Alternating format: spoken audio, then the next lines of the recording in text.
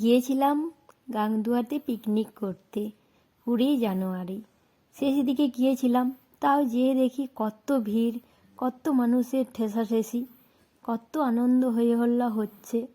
আর রীতিমতো আমি তো প্রকৃতির দৃশ্য দেখেই মনে হলো মুগ্ধ হয়ে গেলাম। আর চারিধারে তাকিয়ে এদিক ওদিক দেখতে লাগলাম।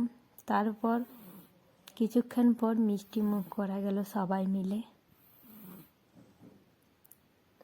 তারপর কতগুলি চলে এসেছিল পিকনিক স্থলে, আর কতগুলি এখনও বাকি ছিল।